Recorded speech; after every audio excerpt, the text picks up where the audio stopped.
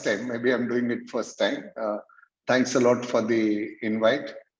Probably EARC I'll be doing 4 times, I think, this year. EARC. So, but very happy about the strengthening of personal friendships with the members of the Eastern region. So thankful to all of you for the love and affection you have shown. And hopefully when travel resumes, I'll get opportunity to interact with people in person as well. Greetings to all of you, and I trust all of you are safe and your near and dear ones are in good health. As Kamal mentioned, this is a very important initiative of the Institute. Let me give a little bit of background before I get formal in terms of the presentation. As far as the profession of auditing is concerned, I'm sure all of you here, and I guess all of you are practicing accountants who are now attending the session, and many of you could be very senior members. I'm sure all of you have witnessed the changing profile of the expectations from the audit profession, which is also largely because of change in the economic environment, business environment, and the social environment. So a lot of things have changed over the last 20 years in particular. And consequently, the audit profession also needs to keep relooking as to what it needs to do to stay relevant. My own personal view, over the last 10 years in particular, the audit report per se, which used to be criticized for being a template-based reporting, has now become quite entity-specific, thanks to SA 706, emphasis of matters and other matters, and SA 701 on key audit matters. So in an audit report, the auditor gets to communicate about the way he or she went about performing the audit, the key matters which got identified, how those key matters were audited, and the auditor got satisfied. So it's a substantial change which is there. Similarly, with the CARO 2020, which is effective financial year 21-22 onwards, again, there will be extensive reporting to be done so that the people get an idea of all of the issues they generally seek to get information or comfort about, particularly on some governance related matters. So given all this ecosystem changes, which in my view are work in progress, there's still a lot of work to happen. And one very important caveat I would like to mention here, and I'm sure the senior members will agree. I see most often people looking at audit as a checklist based kind of a job. Checklist is important. Documentation is super important, but both of them should be for better judgment to be exercised. So as an auditor, the judgment is what is important, and we should never give it up for the sake of a checklist based approach which is there. Checklist is important, documentation is important, but both of them should be used for forming judgment. That's extremely important. I see, it's a very personal view, I see a very huge focus around getting to the checklist based approach and probably a reduced focus on judgment. So it's important that we should bring judgment back into audit. It is in this backdrop that Institute took a very important decision last year of setting up a Center for Audit Quality. Globally, we are the second accounting body. Globally, we are the second accounting body to have set up a separate organization, not a separate legal entity, but a separate set of staff and organization within Institute called Center for Audit Quality. The other accounting body who has a similar organization is the AICPA, the American Institute of Certified Public Accountants. They have what is called Foundation for Audit Quality. So we have set up the Center for Audit Quality with the physical office located at Jaipur, Center of Excellence. The photograph which you see here is the Center of Excellence at Jaipur. And I would encourage all of you, whenever you get to travel towards Jaipur, this is our institute. You're all welcome to visit these places anytime. It has a fairly well-equipped library. Feel free to visit the place and get a feel of the Center of Excellence at Jaipur. So this physical infrastructure is where we have the Center for Audit Quality, where we intend to do three things. One, build capacity in audit, Second, do research in area of audit and to contribute within the country and globally towards better audit practices. The third is to develop some practices which will help improve the overall quality of audit. One such practice which we have now developed is this audit quality maturity model. This particular model is version 1.0. Version 1.0. Very rarely does an institution level document gets published as 1.0. The numbering of 2.0, 3.0 actually happened subsequently, but the first document never gets numbered as 1.0.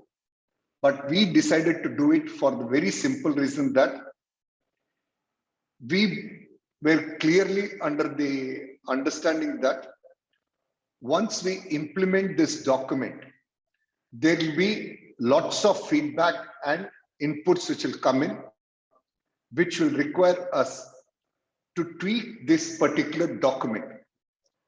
We did not want to sound rigid that it was a final document.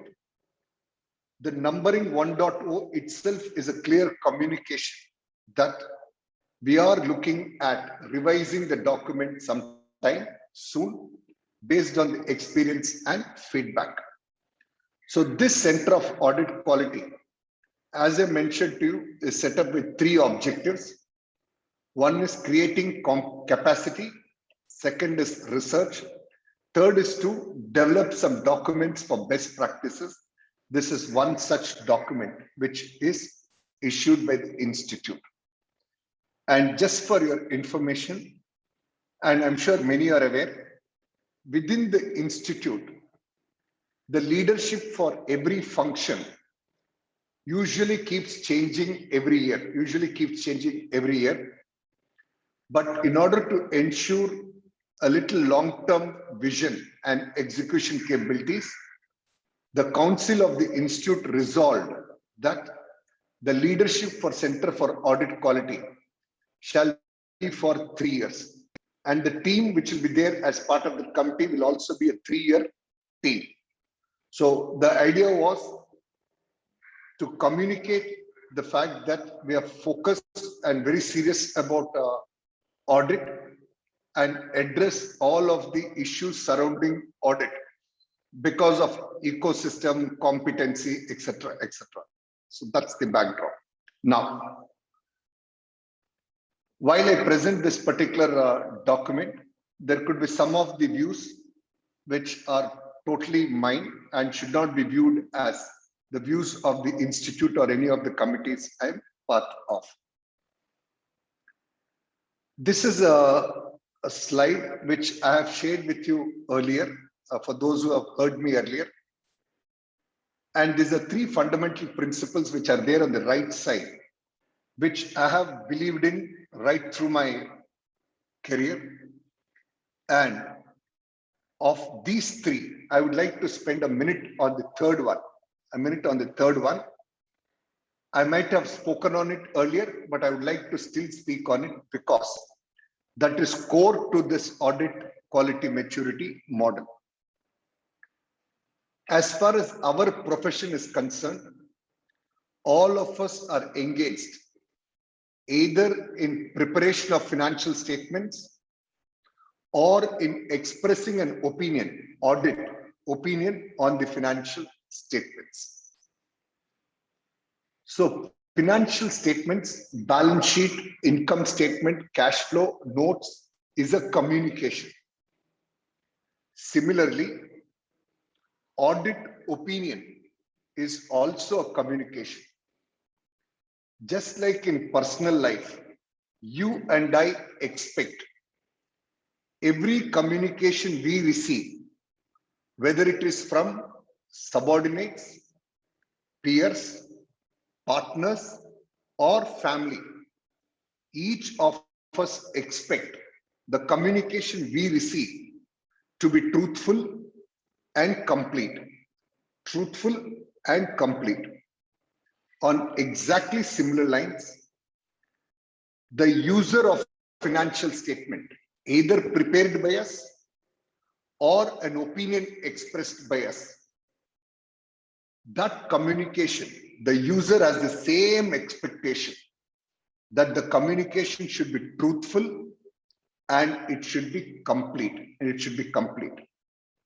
And it is in this direction, that the whole audit trust is built. Now, founder president of the institute, a man whom I adore, and I would just like to highlight two lines from his quote. There's so many wonderful things which he has said way back in 1950, which hold good even today. The first of it, just have your attention on the brown font one, where he talks way back in 1950 that every learned profession should have a sense of social obligation, and it is more so in the case of accounting profession. When he talks about social obligation, it is not, my view, it is not planting trees, planting or ensuring clean water, no. When it says about social obligation, it is about being conscious that the work which you do has a social impact. So if any of the clients whom we have audited have borrowed money from the banking system, and tomorrow this client is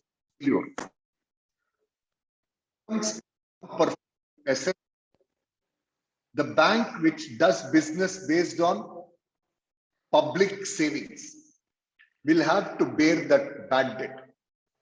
And that bad debt is borne not by the shareholders of the bank.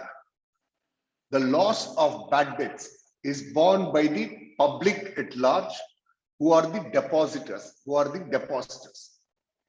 Typically in bank, the pricing happens in a way where if the lending rates are about 8%, you keep a 2% spread for your administration costs, potential bad debts, and profit margin.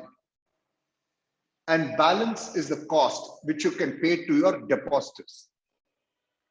If this interest spread, what you call as a spread, if the NPS etc. are higher, that particular loss will be borne by the public at large, who will get an interest rate of 5.75, 5.5, 5.25 instead of 6.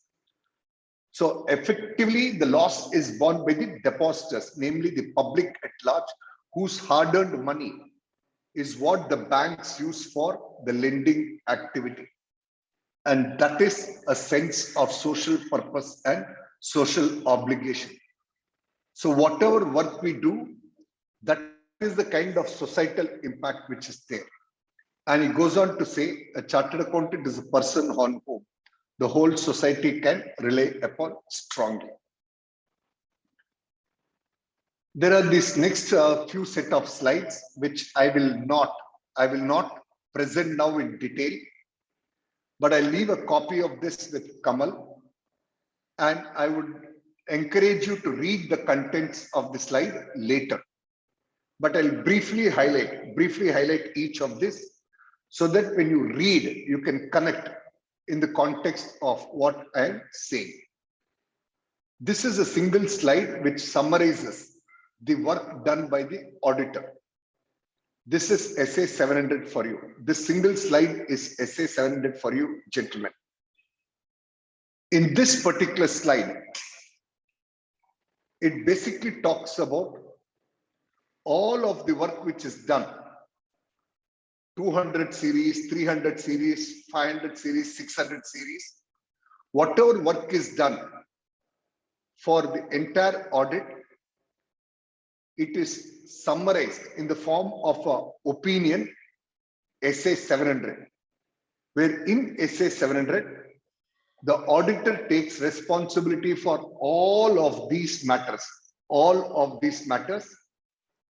including gathering sufficient appropriate audit evidence and then coming to a conclusion on reasonable assurance and issuing an audit opinion. So this one single slide is the heart of the output of an audit work, So when auditor is actually issuing an audit opinion, he needs to go through this flow chart. Just to give you a couple of examples. The auditor needs to first convince oneself that significant accounting policies have been disclosed. Similarly, auditor needs to convince oneself about the reasonableness of accounting estimates. If you look at financial statements, they are full of estimates. The whole balance sheet, for example, is only estimates. There's nothing actuals there. If you take fixed assets, cost less depreciation is an estimate. Investment lower of cost and fair value is an estimate. Inventory lower of cost and net realizable value is an estimate. Receivables gross less provision for doubtful debts is an estimate. Provision for tax is an estimate. Provision for retirement benefits is an estimate. So financial statements involves lots of estimates and judgment. So as an auditor, I should be convinced on the reasonableness of those, the qualitative aspects of all of those before I form an opinion. Now, these are few slides which are from the work done by the Quality Review Board of the Institute, which has 11 members. All the 11 members are appointed by the government. 6 are from outside ICAI and 5 are members recommended by ICAI. If the government is convinced, you are put in the Quality Review Board. And this Quality Review Board, majority members, 6 out of 11, are non-chartered accountants, and they're outside the accounting profession. And the chairperson is out of those 6 people.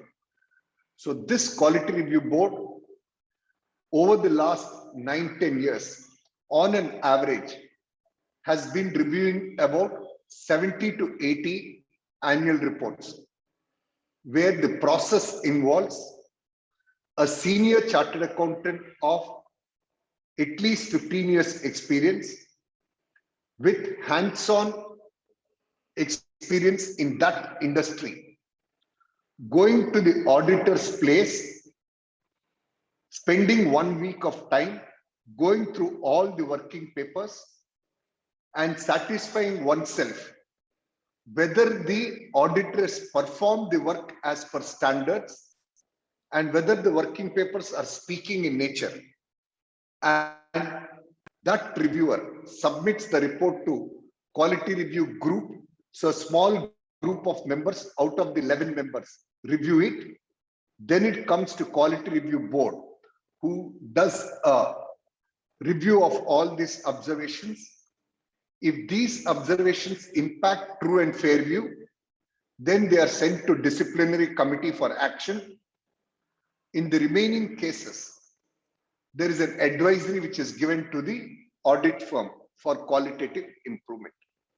So these statistics, I'm not going to walk you through these, but these are all statistics of the work which has been done by our Institute Quality Review Board. I'll just draw your attention here. If you look at the chart on the right hand side, the pie chart on the right hand side, it basically talks about at least 6% of cases where significant improvement is required, 60% of cases where improvement is required, and 34% cases where it is generally acceptable. And please note, this is on a small population, average 80 annual reports a year. So 66% of the annual reports or the audits which have been reviewed, there is scope for improvement. The message for all of us, honestly, within this forum is for introspection. We have this hardcore evidence right before us. While we all talk about expectation gap, etc., we need to see, is there a delivery gap? Is there a delivery gap or a performance gap? Expectation gap is about communicating to those people and moderating the expectation. But delivery gap is something which we ourselves need to fill up. So here is the evidence that 66% of cases require improvement to be done. And this is from a review of about 72 audit firms and about 87 audit files which have been reviewed. And this is the statistics for your information for the recent year 1920. What you saw is for an earlier period. And if you look at for the year 1920 alone, single financial year, 85%, 3% plus 82, 85% of cases, there is a scope for improvement. Only 15% is found to be generally acceptable. Now, so there are statistics. These slides are a busy slides, so I'll skip them. When you read, I would encourage you to positively read. It will give you an idea of the specific audit standards where there is a gap observed and specific accounting standards where there is a gap which has been observed. Detailed report is available on the Institute website as well. Similarly, we have the Financial Reporting Review Board in the Institute, where also on an average we review about 80 annual reports a year. The difference between QRB and FRRB is, in QRB, you go to the auditor's office, sit there, access the working papers and form an opinion. In an FRRB, you are reviewing the annual reports which are downloaded, forming an opinion. As an outsider, when you read, are you getting needful information and is it correctly presented? Here again, we have the same three-tier hierarchy of a technical reviewer, a review group, and the board. And here also, if non-compliance involves impacting true and fair view, it is referred to the disciplinary committee, else an advisory is sent. So these are slides which give you an idea of the process which is followed, the number of cases reviewed, and the quality of observations which are there. So that those set of slides are basically for setting the context of why it's important to have this kind of a model, which will help as one of the tools. It is not the tool, one of the tools or one of the several actions for improvement of the overall audit quality. My request to all of you here, and I'm assuming all of you are practicing chartered accountants, over the next 2 weeks or 3 weeks, please assemble as a group of your partners of your firm. It will take maximum 2 hours or so. Go through the whole list of questions. Some of the questions you may find it debatable. Don't break your head on that. Don't break your head on that. We are conscious that this document requires an improvement. Share your feedback. We will improve it. We'll improve it.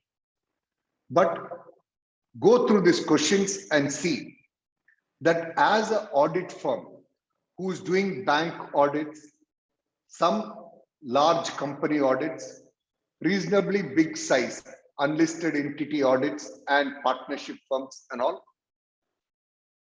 where do we as a firm stand in terms of maturity? I'm sure all of you are aware that we have standards for quality like ISO and all.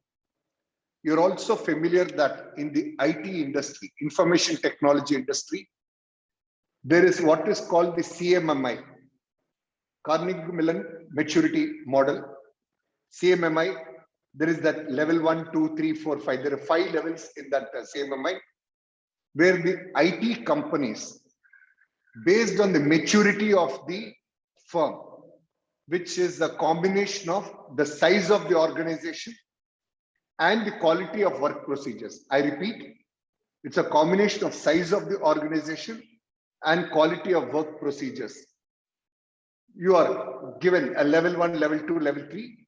There's an independent audit also done to certify the IT firms, the information technology firms, as what is their level of maturity.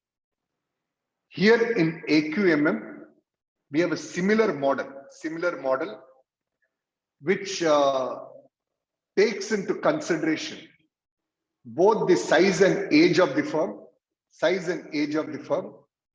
as well as the work procedures, based on which you can make an assessment of what is the level of maturity of the firm. Am I in level 1, level 2, level 3, level 4?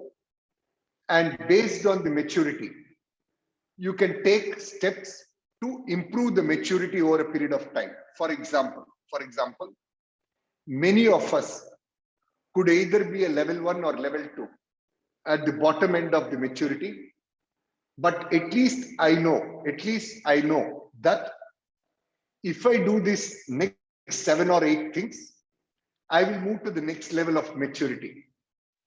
And that will automatically reflect in terms of both quality of work done as well as the size of engagements which will come. So once quality improves, obviously revenue and quality of work will also, the engagements which will come in will also improve. So it is in this backdrop that we have this audit quality maturity model. This particular model development, this necessitated by 3 considerations. 1, the users depend on audit quality to have confidence in financial statements. I want to spend a minute here specifically and a request for undivided attention. When it comes to accounting standards and auditing standards, most of us have an impression that these standards are meant for use by the preparer in preparing financial statements or by the auditor in expressing an opinion. So the general impression is that these standards are developed keeping in mind preparers and keeping in mind the auditors. That is the general impression. I would like to correct that impression. I would like to correct that impression because once we know what is correct, then the way we start looking at things will change automatically. Whether accounting standards or auditing standards, both of them are guided by a mother document, a parent document, which is called framework. The framework basically tells the standard setter. The framework basically tells standard setter how to go about the process of setting a standard. And in the objects clause of the framework, it very clearly provides that financial statements are meant for users. Financial statements are meant for users, and the standard should be set keeping in mind the interest of the users only. The standard should be drafted, whether accounting or auditing, keeping the interest of the users. So in the process, the standard might be a complex one for preparer, complex one for the auditor, doesn't matter. The objective is it meeting the user's interest? Is the user getting the information which he requires? So the whole standard setting process is done only keeping in mind user's interest. All of us are involved as preparers and auditors in applying the standards, using the standards, but standards are set keeping in mind the user of the financial statement, not user of the standard, user of the financial statements, because that person is relying on information. So whether it is disclosures, the appropriateness of presentation, everything is done keeping in mind the user of the financial statements. And as stated here, the users of financial statements depend on quality audit for them to have confidence in the financial statements. Second, audit quality is a complex subject. It's not easy to measure. Globally, people have been trying their best to see whether we can have a quantitative model to measure audit quality. Not successful. What has evolved globally over a period of time is what we call as audit quality indicators. Just like in your firm, employer-employee, you have key performance indicators. Similarly, there are what are called audit quality indicators, where the auditor and auditee agree that for this year's audit, these are the indicators for evaluating the performance of audit. And at the end of the audit, the auditor and auditee, typically audit committee, sit across and evaluate against each of these indicators how the performance has been there. Those are called audit quality indicators. There is work happening at the institute. Hopefully next year, audit quality indicators will come, and my own personal view for public interest entities, the practice of having audit quality indicators between auditor and auditee before audit starts and evaluating after audit completes will become mandatory. It should become mandatory, at least for the public interest entities. The topic we have now is audit quality maturity model. This has nothing to do with the client, nothing to do with auditees.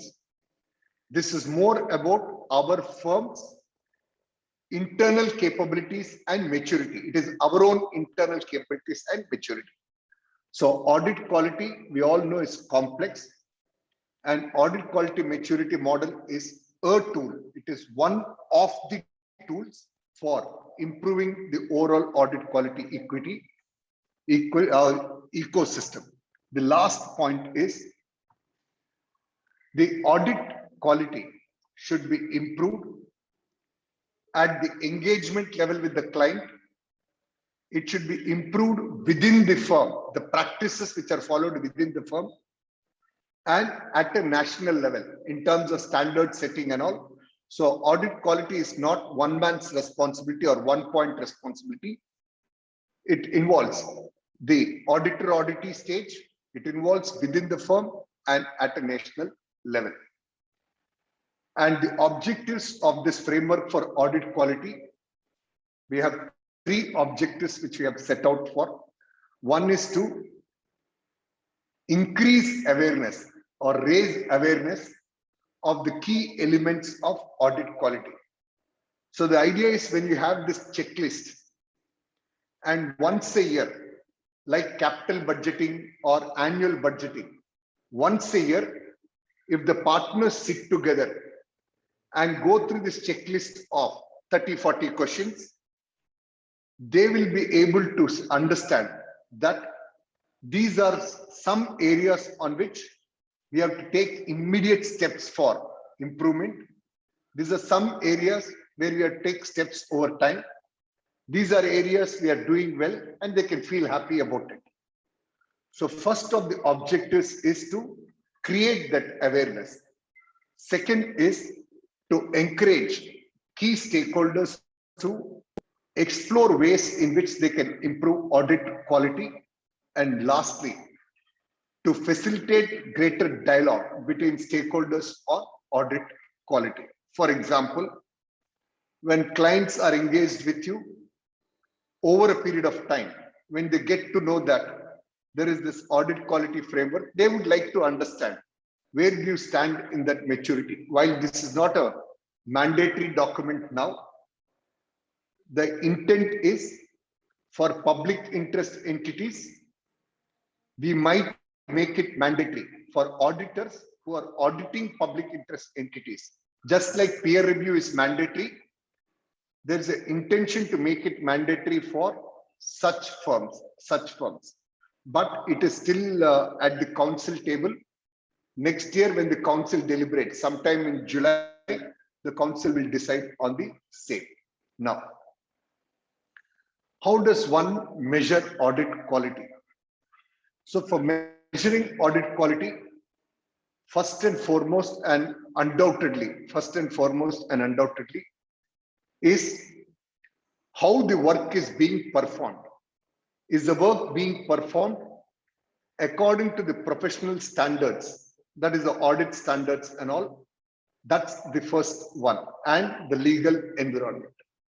Second is, every firm would have an SQC1. So each firm has its own quality control procedures. How are you adhering to your quality control procedures? And thirdly, in terms of output, the audit opinion which is issued, is it appropriate in the circumstances? Like, for example, should I have issued a modified report? Should I have given emphasis of matter? So those kind of practices. And lastly, the matter of compliance with ethics. The ethical behavior is core. These are 4 broad criteria on which someone can generally come to a conclusion on the quality of audit which is followed by a firm. The experience of the institute while doing peer review over a period of time is that Audit documentation is inadequate. But my own personal view, it is getting a little better for public interest entities in particular. I am seeing year on year getting better. The second one is a major concern. Most firms don't have a quality review manual within the firm. My view, anybody who is in audit practice, SQC1 is like the Bible. It is like your holy book. Without SQC1 being followed, one can never tell that I am actually an audit firm. So this quality review manual is extremely important in a firm, and this is an area of weakness we have come across regularly. Third is management representation letters not being taken. There are many auditors who are skeptical about taking management written representations from the client. They're little, they feel a little sensitive, shy, whatever reason. They have not collected those management representation letters. They just sent to sign off the audit. After that, they keep chasing the management to get a letter, and the letter doesn't come at all. Please note, this management representation letter, what we call as written representations, has to be collected before you express an audit opinion because of the following reason. As an auditor, you have a responsibility. SA 580, if I recall correctly, you have a responsibility where any written representation you have, I should have evidence in my working papers that I have validated the written representations. So whatever representation I've got, I've verified it. There should be evidence of the same.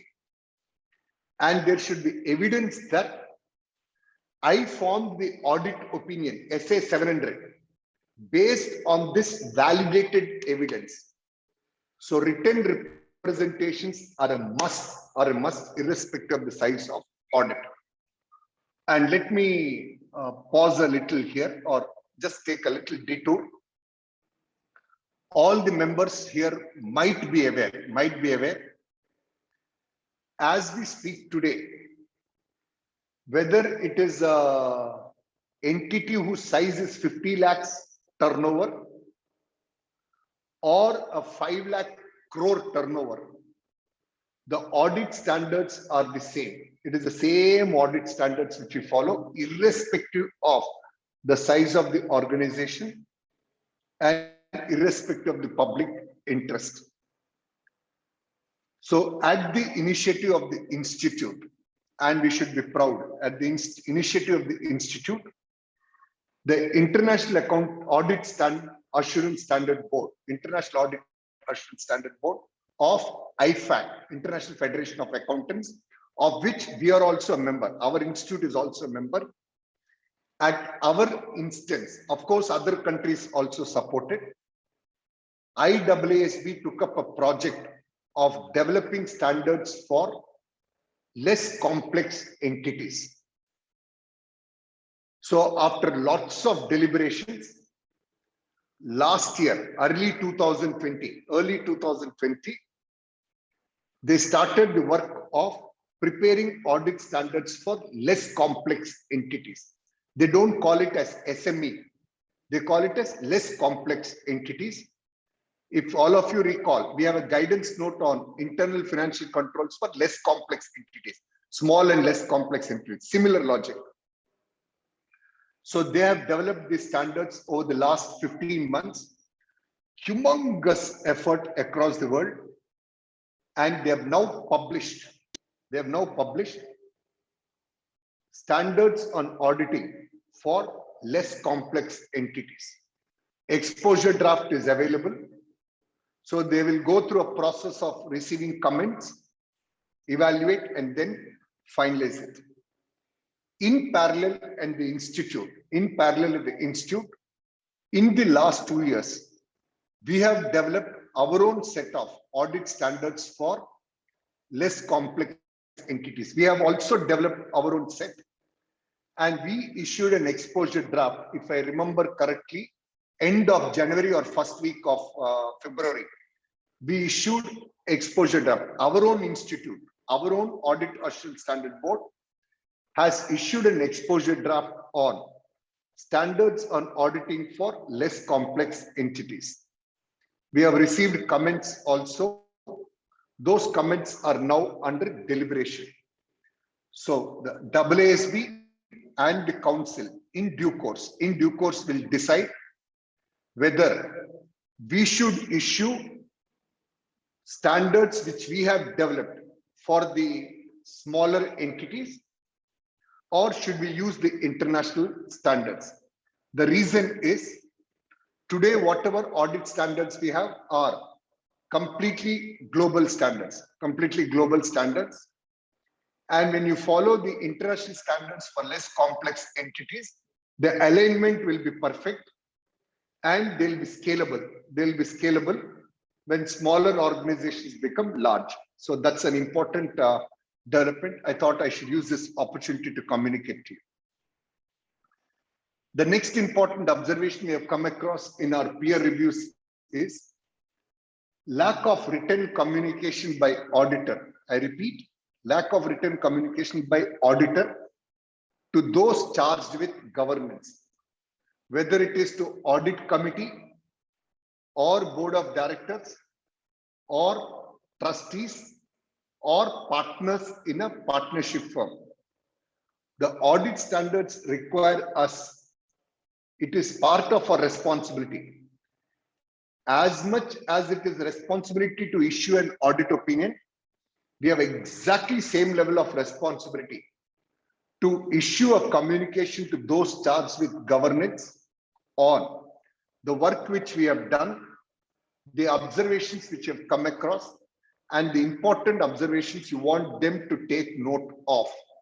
And please note, tomorrow if something wrong is discovered, the evidence which will stand with you, the best professional indemnity insurance for you is this document of written communication to those charged with governance.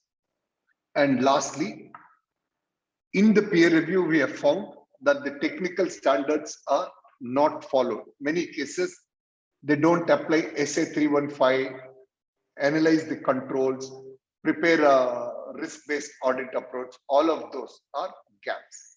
Now, in this audit quality maturity model which has been developed, as I mentioned a little while ago, the idea is to make it applicable for audit firms who do audit of public interest entities. Audit firms who are doing audit of public interest entities.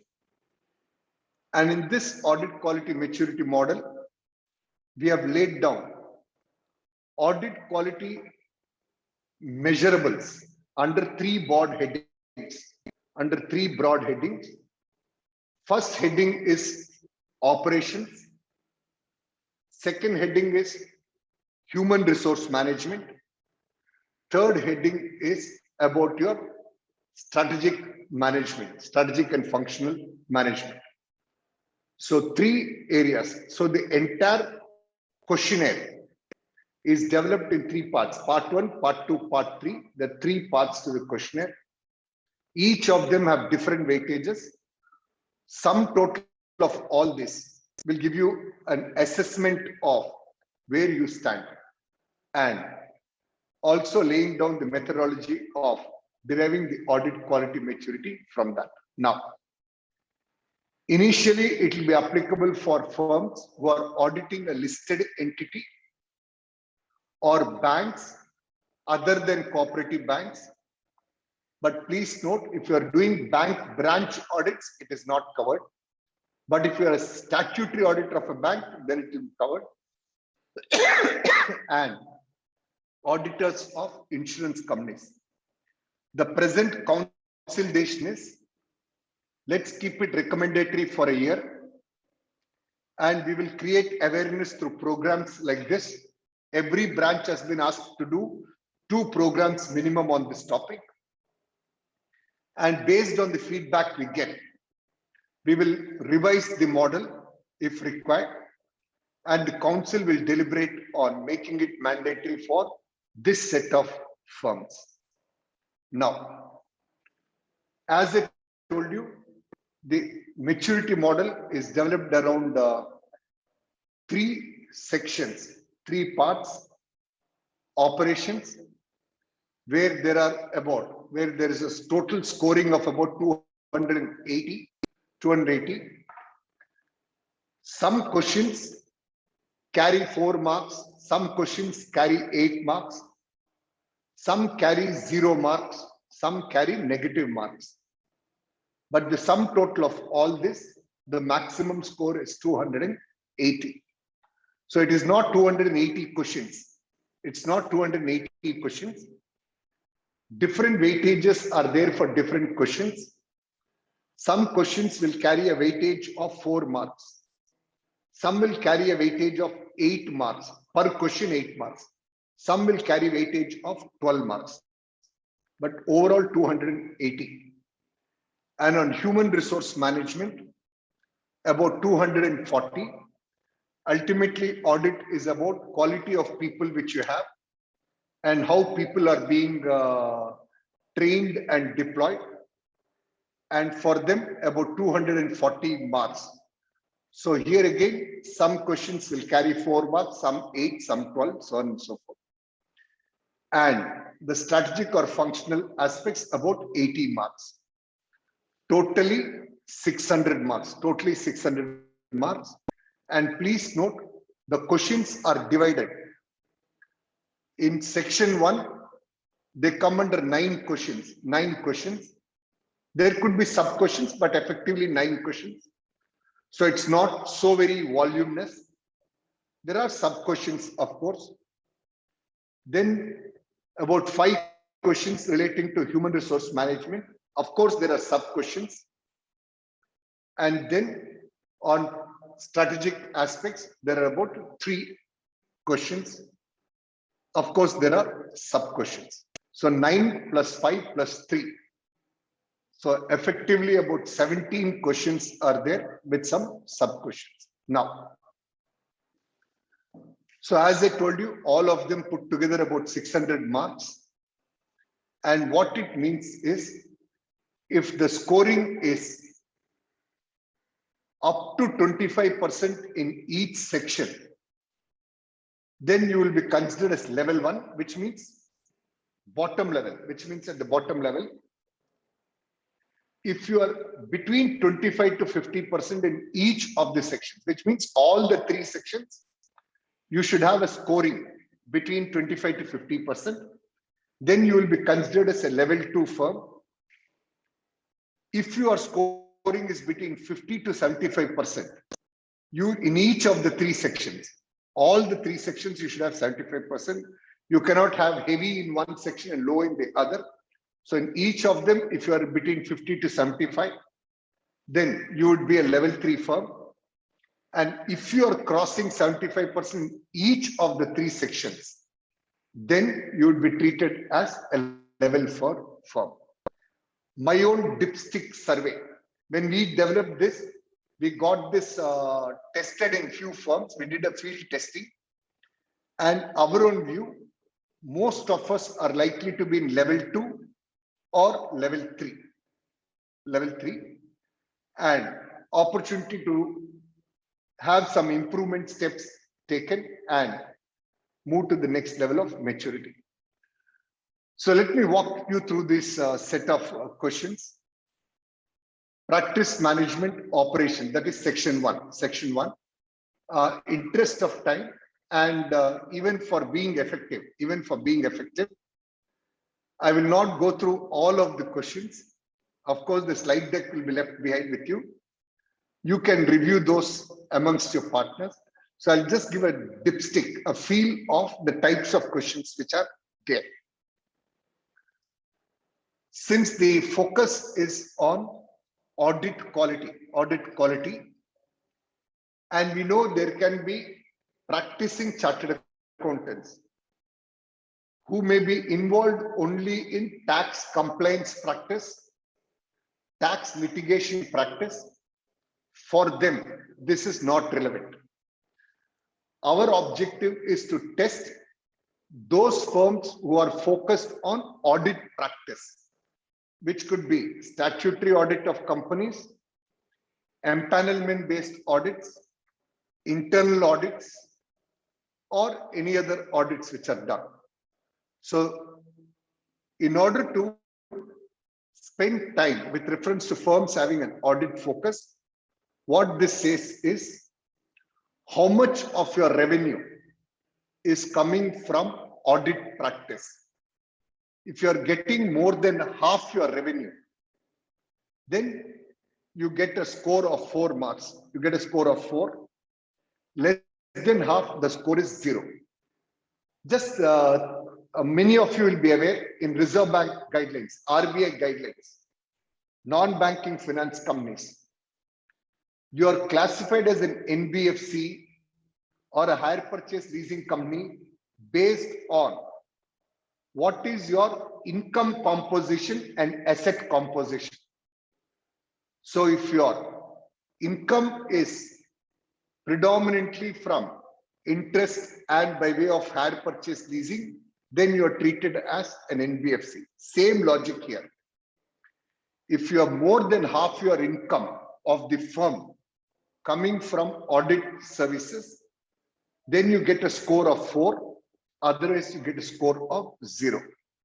Please recall, I told you earlier, this is the maturity model which tries to factor in size of audit practice, age of practice, and the work procedures which are followed.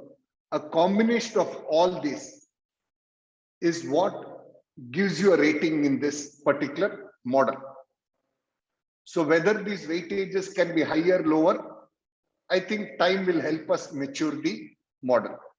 Now, similarly, does a firm have a vision and a mission statement? And does it have a forward-looking practice statement or plans? So the idea is the firm should work on some organized approach. So if you're working in organized approach and you have some themes in your organization to which all your people are connected to, then you get a particular score. Otherwise, you don't get that score. Does the firm have audit manuals which talks about the firm's methodology for ensuring compliance with audit standards and implementation thereof? So look at here. If the answer is yes, you get a score of 8 marks.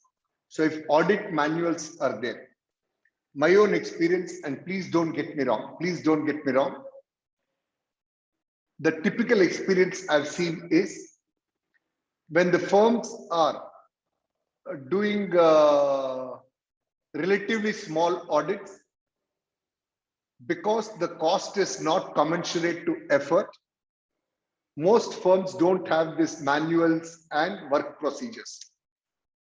But once they get, let us say, a C&AG empanelment, audit of a public sector organization. So when they get those kind of work, there is more enthusiasm and energy in the firm, and they start developing this kind of manuals because they know auditing a 10 crore, 20 crore, 30 crore partnership firm, private limited company is different. Auditing a 2000 crore public sector company is different. So consequently, the audit firms themselves tend to start developing those audit manuals. So if you have audit manuals, you get a particular score. Don't have, then it is 0. Similarly, does the firm have standard templates for letter of engagement, for representation letters to be received from the management, for communication to those charged with governance, for significant working papers, and for the audit reports? Do you have templates for this? The idea is to ensure consistency of quality across the firm. If you have those templates, then you get a score of 8, otherwise you get a score of 0. Similarly, you have these questions like for example, evaluation of independence for all engagements. I'm not sure how many of you here actually get to do, but these audit standards require us to do every new client you onboard. You have to get from all of the people in your firm that there are no conflicting relationships. So you need to have that process in place, that independence part tested. If there are conflicts, you should develop a process of resolving those conflicts. Those conflicts can be either because of a self-interest threat, maybe your taxation partner gave a tax related advice, which tomorrow you might like to defend, familiarity threat. I know the people too well for a very long time, or a threat of independence, etc., etc. So all of those needs to be done, and based on that, again, you have a score. So if you have the process in place, you get a score of 4. Otherwise, you get a score of 0. Similarly, you have audit tools. Do you have a standard checklist in place for compliance with accounting standards, audit standards? And I would like to share with all of you, both in accounting standards board and audit standards board, there is a checklist available in the website of these respective boards. Please download the same, use the checklist for performance of the work, and make it part of your working papers. It does enhance a lot of audit quality, and more importantly, will reduce your risk.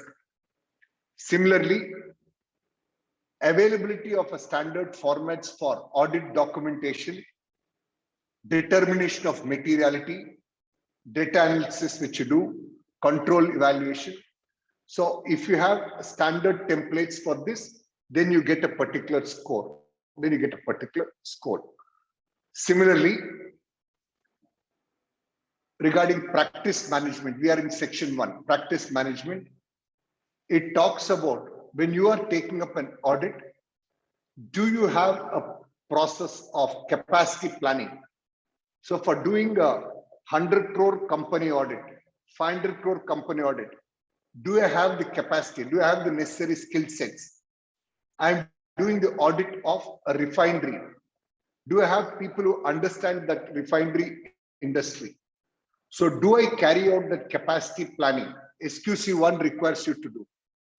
Similarly, planning of budgeted hours, evaluating the actual hours, taking decisions on that, all of that, there is a scoring which is there. What you see at the bottom, and Narasimhan will speak in the next session, and he may not be aware of the history, but let me share for benefit of all. This is a model again developed completely by the Institute, version 1. And now what we have is version 2, which Narasimhan will walk you through. This is a model which got developed by a set of young chartered accountants who are fairly IT savvy. And very happy to share with you this copyrighted document. European Federation of Accountants and Auditors, have taken copyright from the Institute, customized it a little, and they deployed it in their country.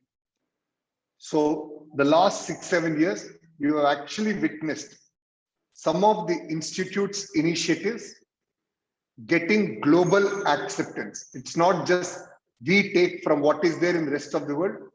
Here is a classic example of a document, and when Narasimhan presents, you will see how mature that document has actually come, and that document has been adopted by the European Federation of Accountants and Auditors and deployed in their country. Similarly, we have a few questions around quality control processes, an engagement partner, a review partner, how the quality control is done. So depending on the quality control processes, you have a scoring which is made available for the same. Similarly, weightage is also given for observations which are made from peer reviews which are done, FRRB and other reviews which are done. I have again a small recommendation to all of you.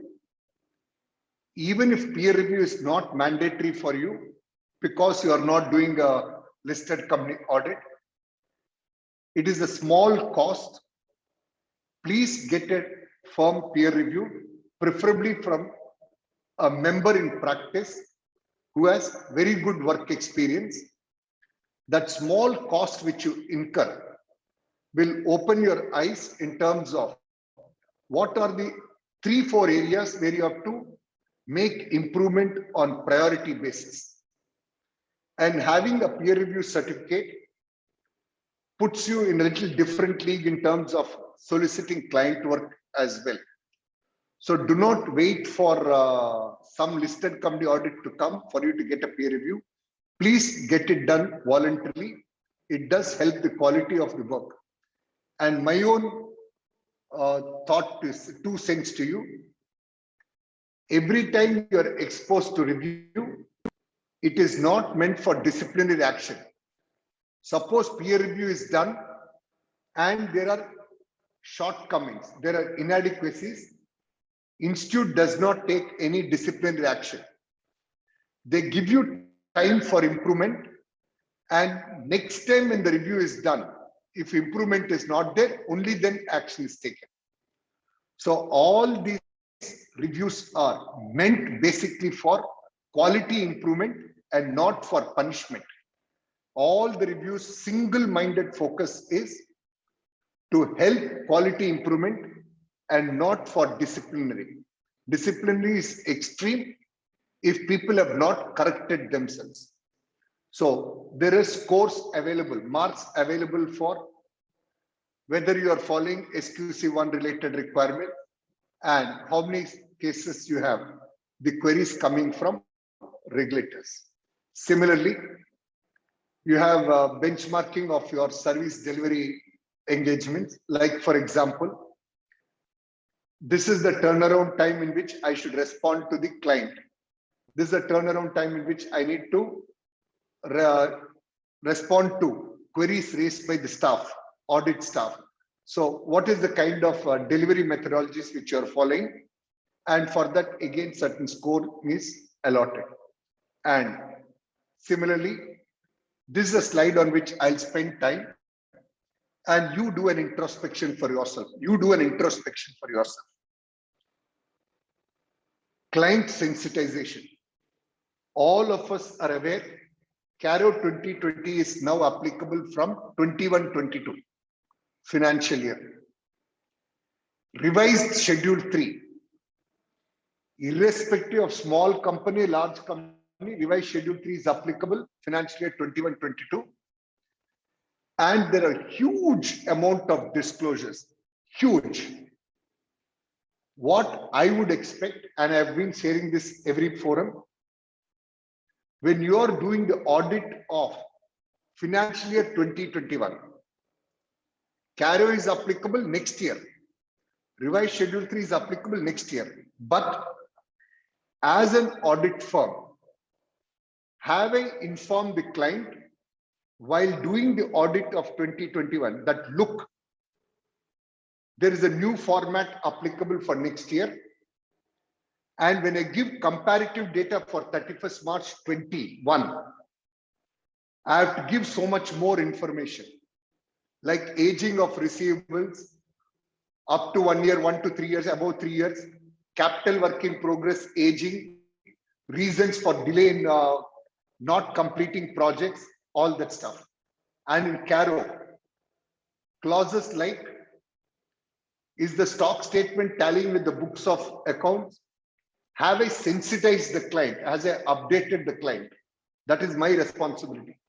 Many of us generally update on related tax matters, GST, direct tax, but on audit, every area likely to impact them, are we bringing it to their attention? That is an important area, and there's a score allotted for that. If that habit is there, you get 8 marks, otherwise you get 0. So this is how this whole thing is developed. Technology adoption within the firm. These are the sub questions which are there on if you have these practices, you get a particular score. For example,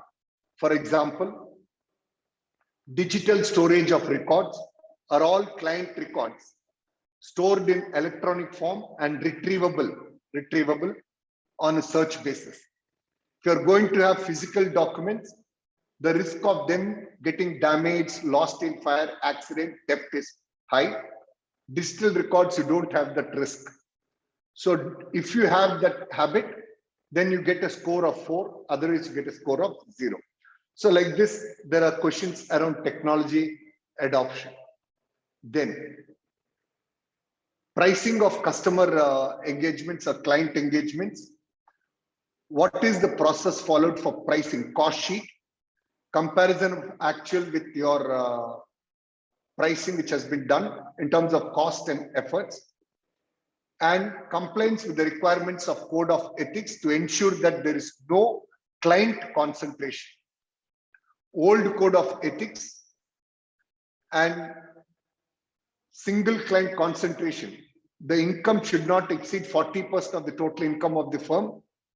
But in the new code of ethics, this clause, we have deferred it now. Most likely we make it mandatory next year.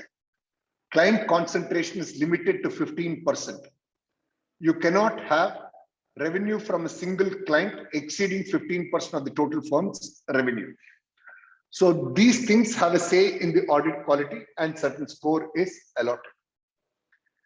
Similarly, we have questions on human resource management, resource planning. So how do we allocate resources for client works? How do we track the productivity, timesheets and all, for which some score is available? And do you have a practice of ratio of audit manager to audit staff? If there are 6 staff members, do you have 1 audit manager? If there are 3 audit managers, do you have 1 director or a partner? So do you have a structured working like that? Utilization of the resources. Sometimes there is excess utilization. So let us say the firm's policy is, my resources should work average in a week, 40 to 50 hours a week. If some staff are working 70 hours a week, 75 hours a week, he may sound energetic, but he might actually become weak and dilute some important portion of work. Secondly, when somebody is overstretched like that and working, there's a tendency to be dependent on the staff excessively, and his negligence can cost the firm. His negligence can cost the firm in terms of inappropriate judgments. So what is the firm's procedures on all of these things? What is the training policy you have? What is the frequency of training, number of hours you want training for different category of staff? All of that, they all have a score, and the topics on which scoring training is done. What is the attrition management policy which is followed? So for all of those, certain scores are given. Compensation management. So the scores attributed to each of these things, including additional skill sets. So if you have got IFRS certification course, or you have done a CISA or a DISA, you get some additional scores and all, because they are all allied additional credentials which are there. Lastly, there are 3 categories of questions here in terms of strategic aspects. So mix of partners, senior partners versus junior partners. What is the experience ratio? How many senior partners are there? Compliance with the code of ethics, which are there, there's a score given. Do you have whistleblower policy within the firm? And how actively you're managing it, there's a score which is available to you.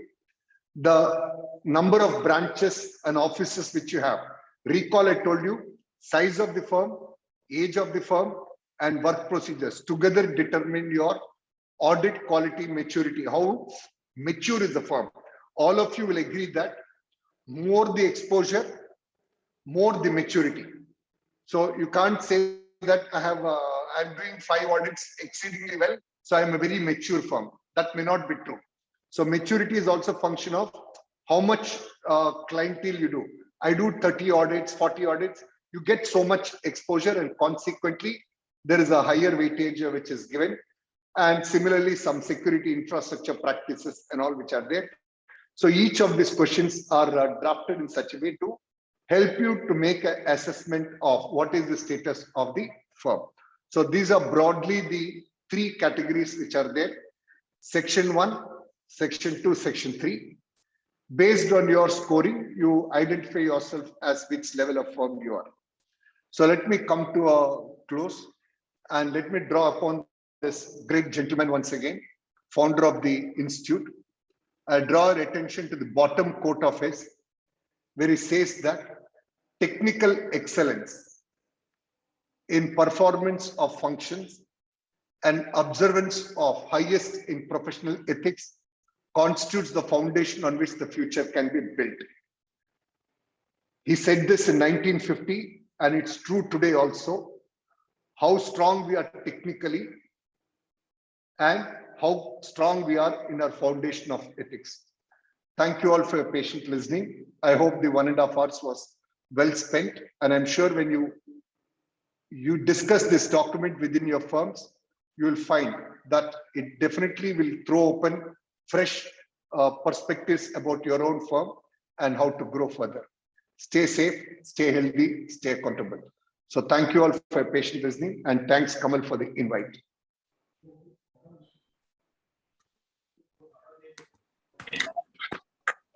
Sir, I have a question. AQMM had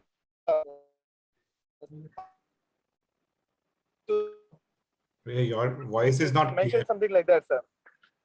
Yeah, I'm not getting the voice. What I will do is there's some question. Now, can you please post it in the Q&A box? I will reply. There are few questions in the Q&A box. Let me reply while you post your question. Yeah. So first question, in AQMM, they have mentioned specifically about skill enhancement of women members. Why is this so? Okay, that's a very nice question. Actually, we debated quite a lot. And I don't know whether it is about skill enhancement of women members. I think it was more about the firms being inclusive. The firms being inclusive. Just like in any firm, senior members, junior members, that gender neutrality and firms being inclusive and embracing women members also in the firm also contributes to the maturity of the firm. So it is more from that context. I don't think it is meant from a perspective that women have to be trained more and all. That is never not the intention. That's not the intention. The idea is to ensure that firms are having an inclusive policy of having all people inside the firm. That's the point. The second is a question from Priyanka. Will QRB and FRRB? No. All the 3 are very, very independent ones. I'll clarify because I come across many young members not having an idea of this. Peer review is a review where a reviewer comes to your firm, looks at how your firm's working procedures are in terms of staff training, this, that, etc., and gives you a certificate. Financial Reporting Review Board is a work where they pick up a particular annual report. We go through the annual report for compliance with Schedule 3, accounting standards, audit standards, company law requirement. Whether work has been done according to that from a reader's perspective. And if there is negligence, disciplinary, otherwise advisory. in a quality review board, we call it as hot review. FRRB is cold review. QRB is hot review. In a hot review, a senior practicing chartered accountant will go to the auditor's office with reference to one selected audit, spend 7 days, and the fee for that is paid by the institute. The institute will pay the reviewer, and we pay a reasonably big number. For 1 week work, we pay a 6-digit number, and the technical reviewer can also take a junior member along with him who is also paid by the institute. So institute pays for him, including cost of stay. Apart from the 6-digit figure, we also reimburse the cost of stay and all. So he will go and stay at that place, spend 7 days. If he wants extra time, he has to write and take permission. Look at all the audit files, whether they are self-explanatory, whether compliance with audit standards is there, how the opinion was formed, etc. That is quality review board. Then there's a question from Vikas: is will AQM apply for smaller audits in future? My view, no. My view, no. But what I would encourage is these are tools meant for self-improvement of firms. It is basically at a firm level, not at an individual audit level. So if I'm a firm doing some 20 small audits, annual revenue, this practice, consulting, tax, etc. put together, 75 lakhs, 1 crore, 2 crore, whatever, annual revenue. Following a good practice like AQMM, and I'm 3-partner firm, 4-partner firm, will actually help you to improve your own firm's work stature. So I would encourage using it as a self-evaluation tool. And there's a question from Aishi Agarwal: when do we expect a newer version of 2.0? Not in the near future. We will just see the feedback of implementation experience of 1.0. If we find there is a feedback which requires material correction, then Institute would do it next year sometime. But it is early days as yet. I would strongly encourage all of you to start discussing within your firm. Please share your feedback to the Institute. I'm sure there will be very good constructive feedback we'll get from you. There will be at least 3 to 5 questions. In your experience, we have to draft it better. So we will look at all the feedback from across the country and improve it. I have been in standard setting for a reasonable long period of time. And my own view is the quality of standard setting is directly proportional to the kind of public participation in the exposure draft. So please do participate and we'll do our best in improvement. So these were the questions in the Q&A which I've answered.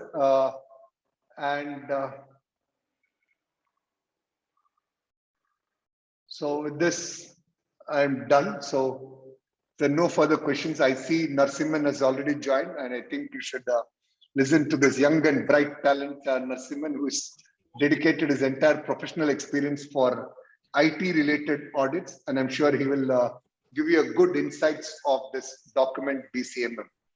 So thank you all for your patient listening, and best wishes to all of you. Thank you.